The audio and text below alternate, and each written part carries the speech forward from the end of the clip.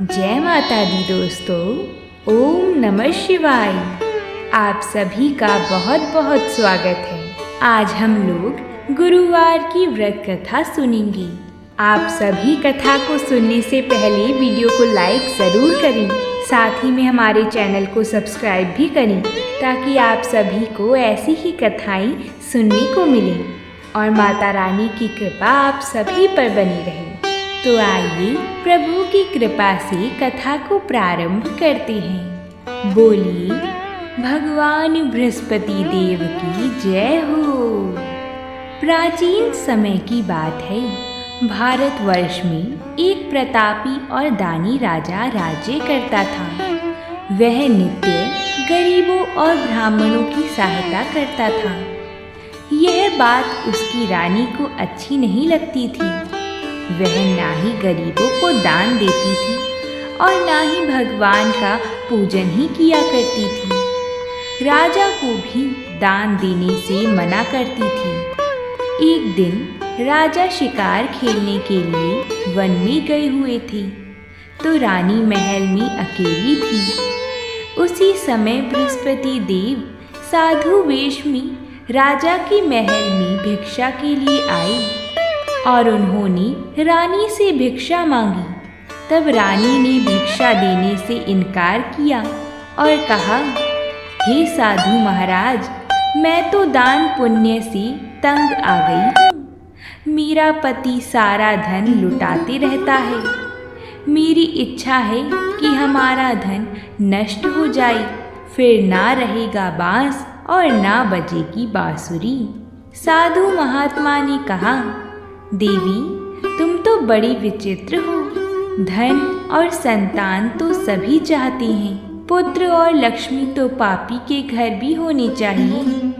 यदि तुम्हारे पास अधिक धन है तो भूखों को भोजन दो, प्यासों के लिए प्याऊ बनवाओ, मुसाफिरों के लिए धर्मशालाएं खुलवाओ। जो निर्धन अपनी कुंवारी कन्याओं का विवाह नहीं कर सकते, उनका विवाह कर दो।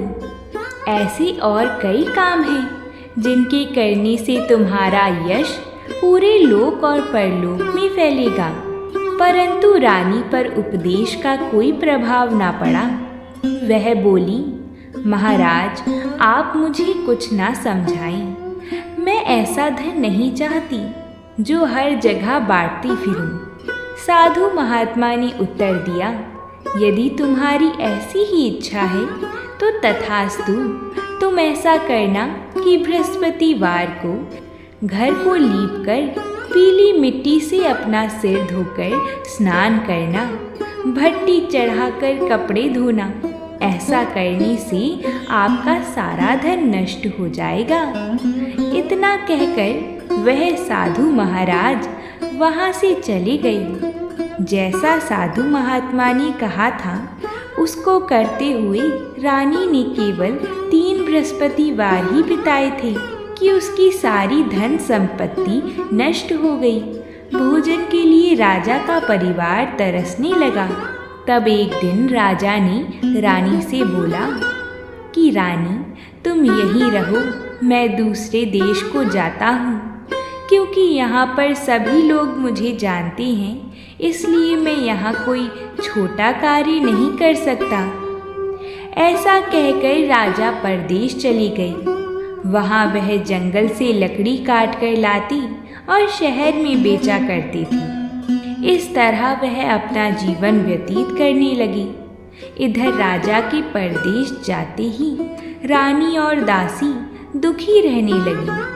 एक बार जब रानी और दासी को 7 दिन तक बिना भोजन के रहना पड़ा तो रानी ने अपनी दासी से कहा कि दासी, पास ही के नगर में मेरी बहन रहती है, तुम उसके यहाँ से कुछ खाने को ले आओ, वो बहुत धनवान है। तब दासी रानी की बहन के घर गई। उस दिन गुरुवार था और रानी की बहन उस समय बृहस्पतिवार व्रत की कथा सुन रही थी। दासी ने रानी की बहन को आवाज़ लगाई और रानी का संदेश भी दिया, लेकिन रानी की बड़ी बहन ने कोई उत्तर नहीं दिया क्योंकि वह कथा के बीच में नहीं उठ सकती थी। तब दासी को बहुत क्रोध आया। दासी वापस अपनी रानी के घर आ गई और उसने रानी को उसकी बहन की सभी बात बताई। इधर रानी की बहन ने सोचा कि मेरी बहन की दासी आई थी, परंतु मैं उसे नहीं बोल सकी, इससे वह बहुत दुखी हुई होगी। कथा सुनकर और पूजन समाप्त करके वह अपनी बहन के घर आई और कहने लगी, बहन, मैं बृहस्पतिवार का व्रत कर रही थी।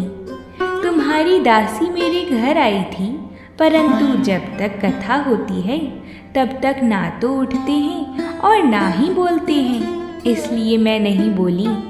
कहो दासी, क्यों गई थी? रानी बोली, बहन, तुमसे क्या छिपाऊं? हमारे घर में खाने तक को अनाज नहीं था। ऐसा कहते कहते रानी की आंखों में आंसू आ गए। उसने दासी समेत पिछले 7 दिनों से भूखे रहने तक की सारी बात बताई। रानी की बहन बोली, देखो बहन, भगवान बृहस्पति देव सबकी मनोकामना को पूर्ण करते हैं। देखो, शायद तुम्हारे घर में अनाज रखा होगा। पहले तो रानी को विश्वास नहीं हुआ, पर बहन के आग्रह करने पर दासी को अंदर भेजा। जब दासी अंदर गई तो उसे सचमुच अनाज से भरा हुआ एक घड़ा मिला। यह देखकर दासी को बड़ी हैरानी हुई। दासी रानी से कहने लगी, रानी साहब, जब हमको भोजन नहीं मिलता तो हम व्रत ही तो करते हैं ना, इसलिए क्यों ना इनसे व्रत और कथा की विधि पूछ ली जाए ताकि हम भी व्रत कर सकें। तब रानी ने अपनी बहन से बृहस्पतिवार व्रत के बारे में पूछा। रानी की बहन ने बताया, बहन, बृहस्पतिवार के दिन व्रत में चने की दाल और मुनक्का से भगवान विष्णु का केले की जड़ में पूजन करें और दीपक जलाएं, व्रत कथा सुने और पीला भोजन ही करें। इससे बृहस्पति देव प्रसन्न होते हैं। व्रत और पूजन विधि बताकर रानी की बहन अपने घर को लौट आई। 7 दिन के बाद जब गुरुवार आया तो रानी और दासी ने व्रत रखा। घुड़साल में जाकर चना और गुड़ लेकर आई, फिर उससे केले की जड़ और भगवान विष्णु का पूजन किया। अब पीला भोजन कहाँ से आए, इस बात को लेकर दोनों बहुत दुखी थीं, क्योंकि उन्होंने व्रत रखा था, इसलिए बृहस्पति देव उनसे प्रसन्न थे। इसलिए वह एक साधारण व्यक्ति के रूप में 2 थालियों में सुंदर पीला भोजन दासी को दे गई।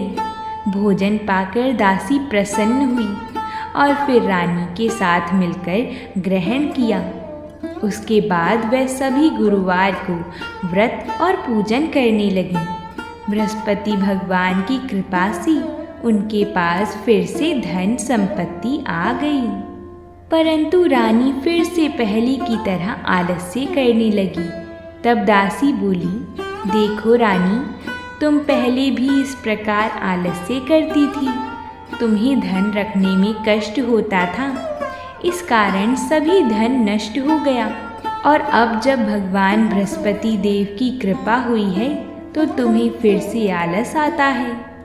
रानी को समझाते हुए दासी कहती है कि बड़ी मुसीबतों के बाद हमने यह धन पाया है, इसलिए हमें दान पुण्य करना चाहिए, भूखे मनुष्यों को भोजन कराना चाहिए और धन को शुभ कार्यों में खर्च करना चाहिए। रानी ऐसी बात सुनकर अपना धन प्रजा के लिए खर्च करने लगी। रानी ने प्याऊ बनवाई, कुंवारी कन्याओं का विवाह करवाया और धर्मशालाएं भी बनवाईं। एक दिन रानी और दासी आपस में विचार करने लगी कि ना जाने राजा किस दशा में होंगे, उनकी कोई खोज खबर भी नहीं है। उन्होंने श्रद्धा पूर्वक गुरु बृहस्पति भगवान से प्रार्थना की कि राजा जहाँ कहीं भी हो शीघ्र वापस आ जाएं। उधर राजा परदेश में बहुत दुखी रहता था। वह प्रतिदिन जंगल से लकड़ी बीन कर लाता और उसे शहर में बेचकर अपने दुखी जीवन को बड़ी कठिनता से व्यतीत करता था। एक दिन दुखी होकर अपनी पुरानी बातों को याद करके वह रोने लगा और उदास हो गया। उसी समय राजा के पास बृहस्पति देव साधु के वेश में आकर बोले, हे लकड़हारी, तुम इस सुनसान जंगल में किस चिंता में बैठी हो, मुझे बतलाओ। यह सुनकर राजा के नेत्रों में जल भर आया। साधु की वंदना कर राजा ने अपनी संपूर्ण कहानी सुना दी। महात्मा दयालु होते हैं। वह राजा से बोले, हे राजा, तुम्हारी पत्नी ने बृहस्पति देव के प्रति अपराध किया था, जिसके कारण तुम्हारी यह दशा हुई।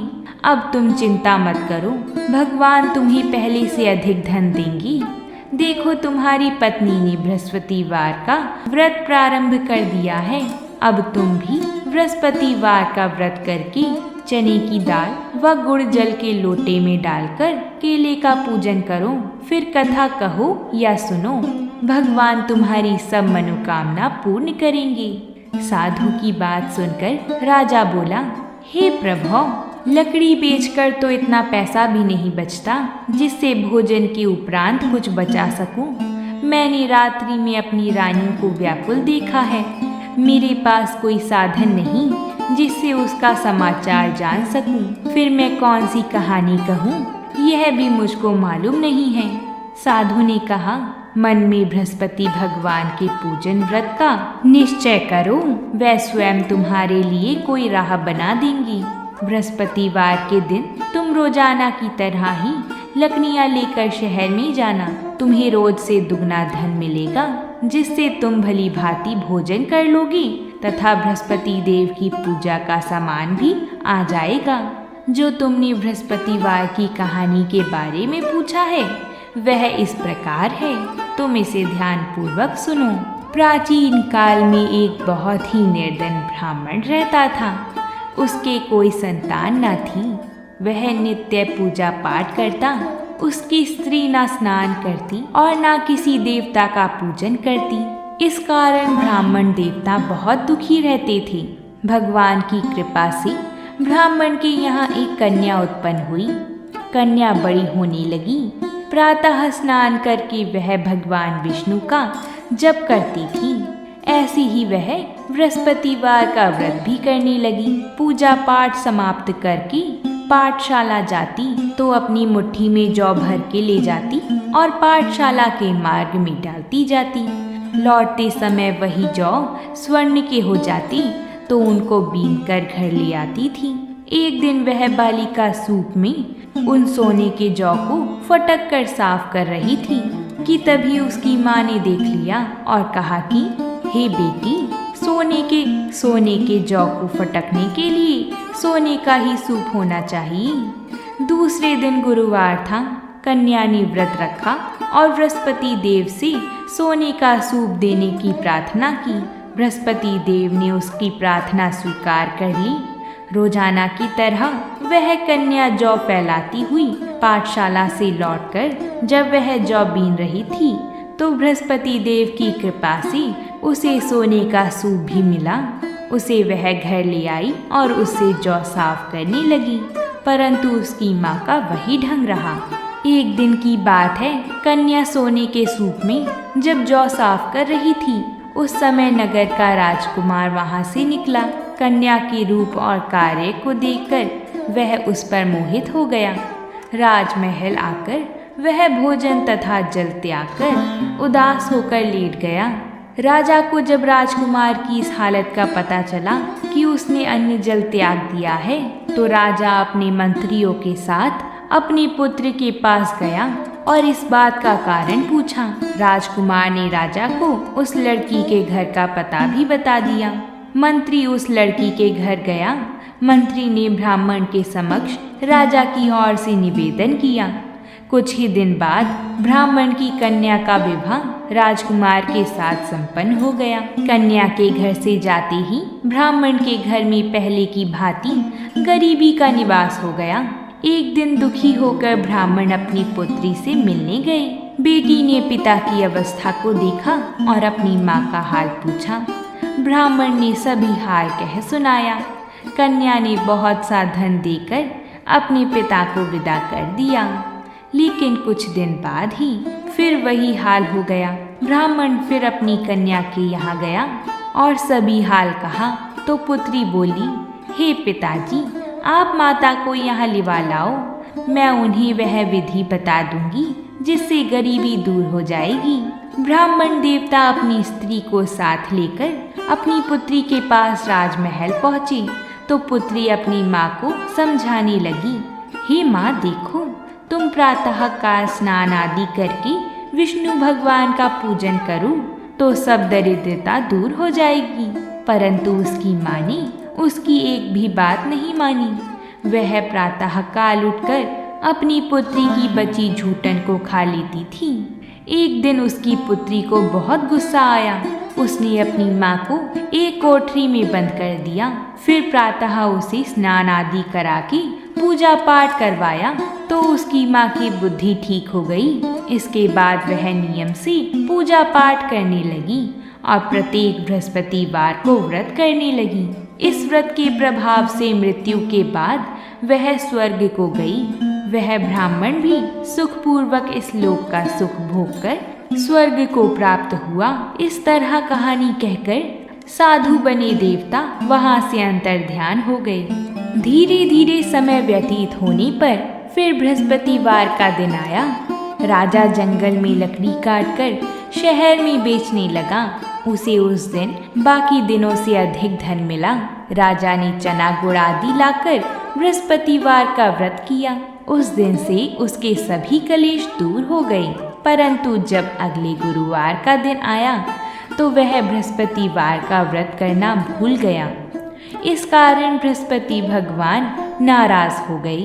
उस दिन उस नगर के राजा ने विशाल यज्ञ का आयोजन किया था तथा अपने समस्त राज्य में घोषणा करवा दी थी कि सभी मेरे यहाँ भोजन करने आवे, किसी के घर में भी चूल्हा ना जले। इस आज्ञा को जो ना मानेगा उसको फांसी दे दी जाएगी। राजा की आज्ञा अनुसार राज्य के सभी वासी राजा के भोज में सम्मिलित हुए, लेकिन लकड़हारा कुछ देर से पहुंचा, इसलिए राजा उसको अपने साथ महल में ले गए। जब राजा लकड़हारे को भोजन करा रहे थे तो रानी की दृष्टि उस खुटी पर पड़ी जिस पर उसका हार लटका हुआ था। उसे हार खुटी पर लटका दिखाई नहीं दिया। रानी को निश्चय हो गया कि मेरा हार इस लकड़हारे ने चुरा लिया है। उसी समय सैनिक बुलवाकर उसको जेल में डलवा दिया गया। लकड़हारा जेल में विचार करने लगा कि ना जाने कौन से पूर्व जन्म के कर्म से मुझे यह दुख प्राप्त हुआ है, और जंगल में मिले साधु को याद करने लगा। तत्काल बृहस्पति देव साधु के रूप में प्रकट हो गए और कहने लगी, अरे मूर्ख, तूने बृहस्पति देवता की कथा नहीं की, उसी कारण तुझे यह दुख प्राप्त हुआ है। अब चिंता मत कर, बृहस्पतिवार के दिन जेल खाने के दरवाजे पर तुझे 4 पैसे पड़े मिलेंगे। उनसे तू बृहस्पतिवार की पूजा करना तो तेरा सभी कष्ट दूर हो जाएगा। अगले बृहस्पतिवार के दिन उसे जेल के द्वार पर 4 पैसे मिले। राजा ने पूजा का सामान मंगवाकर कथा कही और प्रसाद बांटा। उसी रात्रि में बृहस्पति देव ने उस नगर के राजा को स्वप्न में कहा, हे राजा, तूने जिसे जेल में बंद किया है उसे कल छोड़ देना, वह निर्दोष है। राजा प्रातः काल उठा और खुटी पर हार टंगा देखकर लकड़हारे को बुलाकर क्षमा मांगी तथा राजा के योग्य सुंदर वस्त्र आभूषण भेंट कर उसे विदा किया। गुरुदेव की आज्ञा अनुसार राजा अपने नगर को चल दिया। राजा जब नगर के निकट पहुंचा तो उसे बड़ा ही आश्चर्य हुआ कि नगर में पहले से अधिक बाग, तालाब और कुएं तथा बहुत सी धर्मशालाएं, मंदिर आदि बने हुए हैं। राजा ने पूछा कि यह किसका बाग और धर्मशाला है। तब नगर के सब लोग कहने लगे कि यह सब हमारी रानी और दासी द्वारा बनवाए गए हैं। राजा को आश्चर्य हुआ और गुस्सा भी आया। कि उसकी अनुपस्थिति में रानी के पास धन कहाँ से आया होगा। जब रानी ने यह खबर सुनी कि राजा आ रही हैं, तो उसने अपनी दासी से कहा, हे दासी, देखो तो जरा, राजा हमको कितनी बुरी हालत में छोड़ के गए थे। वह हमारी ऐसी हालत देखकर लौट ना जाएं, इसलिए तू दरवाजे पर खड़ी हो जा। रानी की आज्ञा अनुसार दासी दरवाजे पर खड़ी हो गई और जब राजा आए तो उन्हें अपने साथ महल में लिवा लाई। तब राजा ने क्रोध करके अपनी तलवार निकाली और पूछने लगा, बताओ यह धन तुम्हें कैसे प्राप्त हुआ है। तब रानी ने सारी कथा कह सुनाई। तब राजा ने निश्चय किया कि मैं रोजाना दिन में 3 बार कहानी कहा करूँगा और रोज व्रत किया करूँगा। अब हर समय राजा के दुपट्टे में चने की दाल बंधी रहती तथा दिन में 3 बार कथा कहता। एक रोज राजा ने विचार किया कि चलो अपनी बहन के यहाँ हो आऊं। इस तरह का निश्चय कर राजा घोड़े पर सवार होकर अपनी बहन के यहाँ चल दिया। मार्ग में उसने देखा कि कुछ आदमी एक मुर्दे को लेवा जा रहे हैं। उन्हें रोककर राजा कहने लगा, अरे भाइयों, मेरी बृहस्पतिवार की कथा सुन लो। वह बोली, लो, हमारा तो आदमी मर गया है, इनको अपनी कथा की पड़ी है। परंतु कुछ आदमी बोले, अच्छा कहो, हम तुम्हारी कथा भी सुनेंगे। तब राजा ने दाल निकाली और कथा कहनी शुरू कर दी। जब कथा आधी हुई तो मुर्दा हिलने लगा और जब कथा समाप्त हुई तो राम राम करके वह मुर्दा खड़ा हो गया। राजा आगे बढ़ा। उसे चलते चलते शाम हो गई। आगे मार्ग में उसे एक किसान खेत में हल चलाता हुआ मिला। राजा ने उससे कथा सुनने का आग्रह किया, लेकिन वह नहीं माना। राजा आगे चल पड़ा। राजा के हटते ही बैल पछाड़ खाकर गिर गई तथा किसान के पेट में बहुत जोर से दर्द होने लगा। उसी समय किसान की माँ रोटी लेकर आई। उसने जब देखा तो अपने पुत्र से सब हाल पूछा। बेटे ने सभी हाल बता दिया। बुढ़िया दौड़ती दौड़ती उस घुड़सवार के पास पहुंची और उससे बोली, मैं तेरी कथा सुनूंगी, तू अपनी कथा मेरे खेत पर ही चलकर कहना। राजा ने लौटकर बुढ़िया के खेत पर जाकर कथा कही, जिसके सुनते ही बैल खड़ी हो गई तथा किसान के पेट का दर्द भी बंद हो गया। राजा अपनी बहन के घर जा पहुंचा। बहन ने भाई की खूब मेहमान नवाजी करी। दूसरे रोज प्रातःकाल राजा जागा तो वह देखने लगा कि यहाँ सब लोग भोजन कर रहे हैं। राजा ने अपनी बहन से जब पूछा, ऐसा कोई मनुष्य है जिसने भोजन नहीं किया हो, जो मेरी बृहस्पतिवार की कथा सुन ले। बहन बोली, हे भैया, यह देश ऐसा ही है। यहाँ लोग पहले भोजन करते हैं, बाद में कोई अन्य काम करते हैं। फिर वह कुम्हार के घर गई जिसका लड़का बीमार था। उसे मालूम हुआ कि उसके यहाँ 3 दिन से किसी ने भी भोजन नहीं किया है। रानी ने अपने भाई की कथा सुनने के लिए कुम्हार से कहा। वह तैयार हो गया। राजा ने जाकर बृहस्पतिवार की कथा कही, जिसको सुनकर उसका लड़का ठीक हो गया। अब तो राजा की प्रशंसा होने लगी। एक दिन राजा ने अपनी बहन को कहा, हे बहन, मैं अब अपने घर जाऊंगा, तुम भी तैयार हो जाओ। राजा की बहन ने अपनी सास से अपने भाई के साथ जाने की आज्ञा मांगी तो सास बोली, हाँ चली जा, मगर अपने लड़के को मत ले जाना, क्योंकि तेरे भाई के कोई संतान नहीं है। बहन ने अपने भाई से कहा, हे भैया, मैं तो चलूंगी, मगर कोई बालक नहीं जाएगा। तब राजा अपनी बहन को भी छोड़कर दुखी मन से अपनी नगर को लौट आया।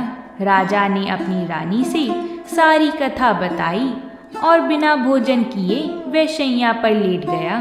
रानी बोली, हे प्रभु, बृहस्पति देव ने हमें सब कुछ दिया है, वह हमें संतान अवश्य देंगे। उसी रात बृहस्पति देव ने राजा को स्वप्न में कहा, हे राजा, उठ जा और सभी सोच त्याग दे, तेरी रानी गर्भवती है। राजा को यह जानकर बड़ी खुशी हुई। 9वें महीने में रानी के गर्भ से एक सुंदर पुत्र पैदा हुआ।